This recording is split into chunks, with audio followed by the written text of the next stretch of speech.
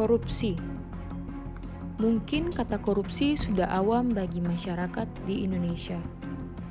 Terbukti dengan adanya laporan sebanyak 1.282 kasus yang disidangkan dengan total 1.404 terdakwa. Hal ini terjadi pada tahun 2018 hingga 2021. Dan tanpa kita sadari, korupsi sudah menjadi suatu budaya di negara kita.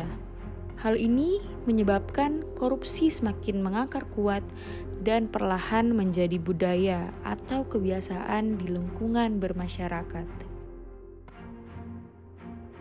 Dasar hukum dari tindak pidana korupsi sendiri terdapat dalam Undang-Undang Pasal 5 Ayat 1 dan Pasal 20 Ayat 1, Undang-Undang Dasar 1945 dan Ketetapan Majelis Permusyawaratan Rakyat Republik Indonesia Nomor 11/MPR/1998 tentang penyelenggara negara yang bersih dan bebas dari korupsi, kolusi, dan nepotisme.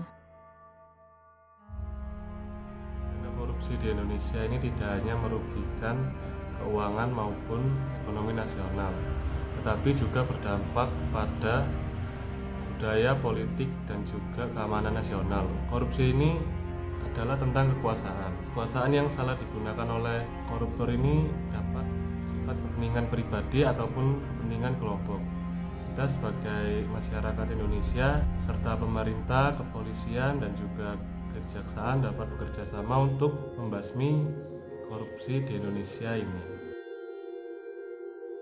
Kasus korupsi di Indonesia masihlah sering terjadi karena berdasarkan Indeks Persepsi Korupsi, Indonesia menempati peringkat 96 dari 180 negara. Kemudian, berdasarkan Badan Pusat Statistik Indonesia, Indonesia memiliki rata-rata persepsi angka 3,88%. Contoh korupsi yang paling besar di Indonesia adalah kasus Jiwasraya, Asrabi, dan bantuan likuiditas Bank Indonesia. Sampai saat ini, KPK masih menangani 1.029 kasus aktif tindak pidana korupsi yang masih akan diselesaikan.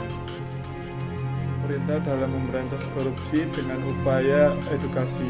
Melalui proses pendidikan, masyarakat bisa ditanamkan dari sejak kecil tentang pendidikan anti korupsi, sehingga masyarakat bisa menyadari betul bahayanya korupsi bagi negaranya sendiri. Selain itu, peran mahasiswa juga sangat penting. Dari tindakan mahasiswa bisa juga mengajak masyarakat dan sekitarnya untuk memerangi korupsi ini. Selain itu, kesadaran masyarakat sangat dibutuhkan untuk bekerja sama dalam menekan angka korupsi di negara kita, Indonesia.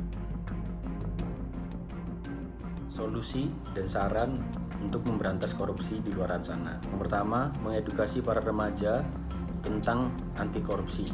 Yang kedua juga yaitu peradilan, penyelidikan, penuntutan, dan pemberian hukum koruptor besar dengan efek jera. Yang ketiga, memberi hukuman yang setimpal, karena dengan memberikan hukuman yang setimpal pada dasarnya juga seseorang akan takut menerima risiko yang mencelakakan dirinya sendiri. Begitu juga dengan para koruptor di luar sana. Demikian, terima kasih.